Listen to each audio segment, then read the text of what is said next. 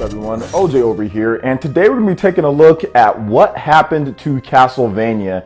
This is the story franchise from Konami, and I guess the short and sweet answer would be Konami happened to Castlevania. So it got Konami'd, but we're going to take a little bit more of an in-depth look at this, and I kind of want to go at it from my own angle here because I think there's a couple key moments that got Castlevania to where it is at this point. But I think that there is some hope for this one. So enjoy this one, guys, because there's going to be some other franchises that I'll be talking about in terms of what happened to them, so there might not be any hope. So let's go ahead and jump right into what happened to Castlevania. So I will save you guys the history of Castlevania. You guys all know about Castlevania if you're watching this video, and if you don't know, well, you can look it up. But Castlevania was a great blend of the Metroid franchise and also what Castlevania did before in the 80s and 90s with the original Castlevania games, and they kind of put those together to kind of form this new blend called Metroidvania, where you kind of put those together. And I think that Symphony of the Night on the original PlayStation, that's where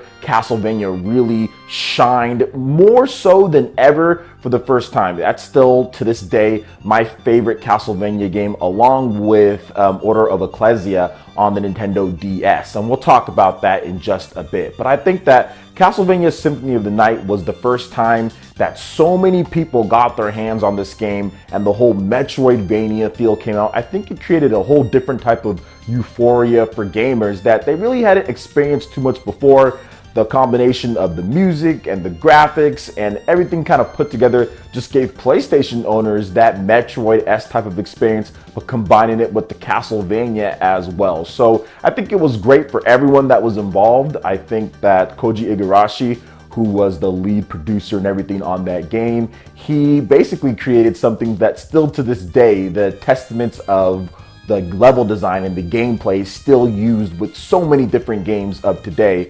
But I think that Castlevania, in terms of that point, that's where things got interesting, Symphony of the Night, because that's where Konami always had great expectations and kind of like anticipation for a new Castlevania game, because there were a number of Castlevania games before Symphony of the Night. But I think that Symphony of the Night really kind of turned things to where, okay, well, what can we do a bit more financially? What can we do a little bit more to bring this franchise out? Now, there were a number of missteps after Symphony of the Night or around the time of Symphony of the Night.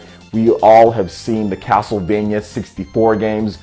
That didn't transition too well over to 3D. Now, I know that there are some people that do like them, but I think that the 64 games just aren't very good in my opinion.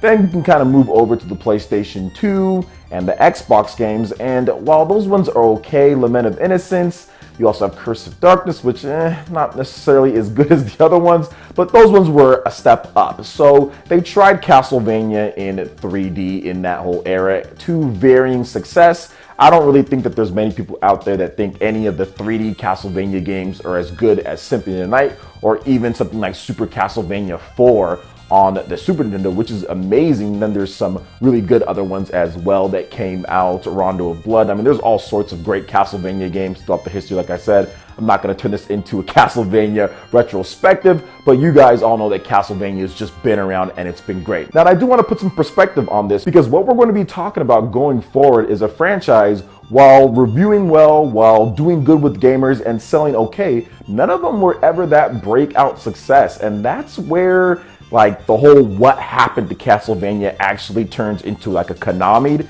is at that point. Now we are going to move forward a little bit to where actually like what happened to Castlevania. I think the 3 titles that I'm going to be talking about and then the 2 titles that followed afterwards is really what happened and where Castlevania is at this point. So let's talk about those 3 games, and that is the trilogy of Castlevania games on the DS. You have Castlevania Dawn of Sorrow, you also have Castlevania Portrait of Ruin, and then you have Castlevania Order of Ecclesia. Now these 3 games could possibly be the finest Castlevania games for many people. Actually, many of them in the series are the favorite Castlevanias of all time. There are so many people that say, oh yeah, this is my favorite Castlevania, Order of Ecclesia or Dawn of Sorrow or Portrait of Ruin.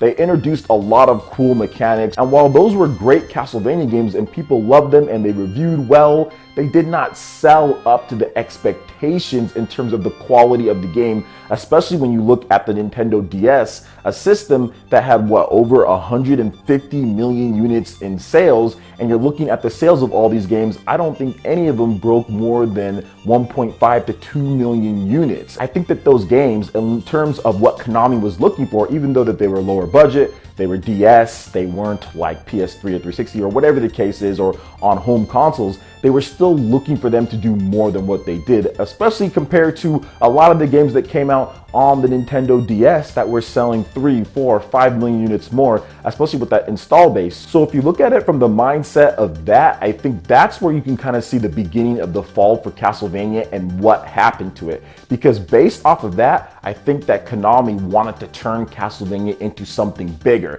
They wanted to turn Castlevania into something more, and that's what spawned the more of a budget. That's what spawned more of getting voice actors and getting everybody kind of in there, and that's why we got, in my opinion, Castlevania Lords of Shadow. And this is what really caused Castlevania to destruct. But it was a double-edged sword in terms of things for gamers and for Konami, because the original Castlevania Lords of Shadow, in my opinion, was a good game. It's actually one of my favorite Castlevania games, and I think that it's the best 3D Castlevania game ever made. The original Castlevania Lords of Shadow. Now, I know a lot of you guys would probably disagree with that, and I understand, but it's just my own opinion. I really do like Lords of Shadow. However, that game is the best-selling Castlevania game of all time. It is Castlevania Lords of Shadow, and that's where we can see what happened to that franchise, because Konami automatically said, okay, this is the best-selling Castlevania game of all time. We need to take this and we need to do more. However, the developer that they had that made this, which was Mercury Steam, was not up to that type of challenge. I don't think they were up to the pressure. They were having internal problems. It caused all sorts of issues. Konami still invested a lot of money into the game to get them the best graphics, to get them the best voice actors, the cinematics. It's not like the game was a cheaply made game. With the sequel of Castlevania Lords of Shadow 2, the story, everything was made as if it was a big budget game. Now, probably not the biggest of budgets, but still, it wasn't like they're using a DS budget out there, and that game flopped. Metacritic-wise, it flopped.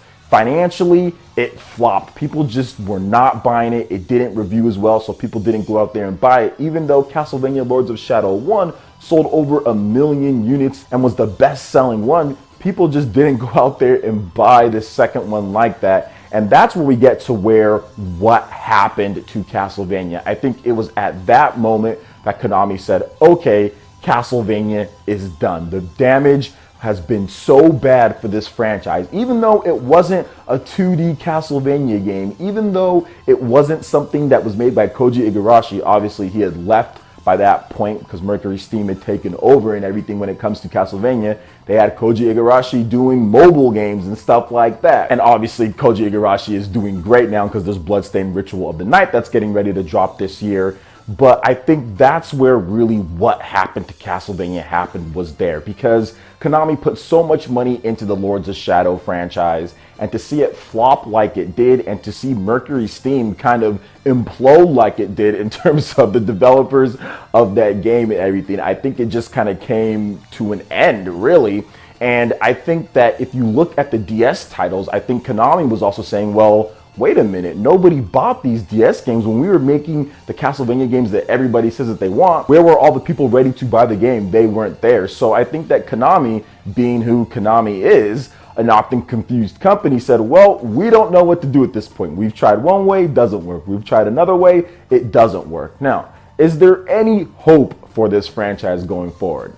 I would hope to think that there is some hope for the franchise. Now, there is a new mobile game that's coming out that kind of combines all the different eras of Castlevania heroes and everything. The only problem that it's on mobile. And there's been some rumors of Castlevania potentially coming over to the Nintendo Switch based on a few different things here and there. There's been some rumors about even having a Belmont in Super Smash Bros. So maybe that coincides with a brand new game. Now, you also have to look at it. Super Bomberman R, classic retro style game, didn't even review that well. Isn't even that great of a game. Still sold well over 1 million units on the Nintendo Switch alone.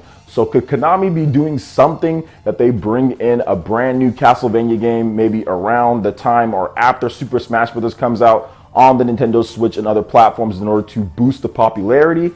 Possibly. You also have to look at the Castlevania Season 2. They're dropping that pretty soon, and that's looking really good. People are loving the characters and the animation and everything. It's very good. So I do think that there's hope for this franchise. The popularity is on the rise. And if there is Simon Belmont and Super Smash Bros., then that's definitely going to be, I guess, somewhat of a gateway or an avenue or a bridge for the popularity of Castlevania to even go higher than what it's at, because it is on the rise, guys. So what do you guys think about what happened to Castlevania? What are some of your key moments?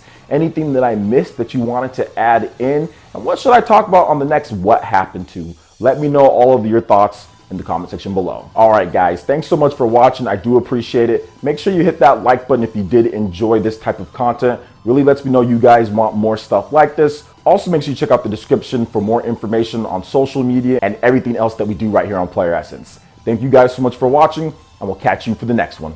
Peace.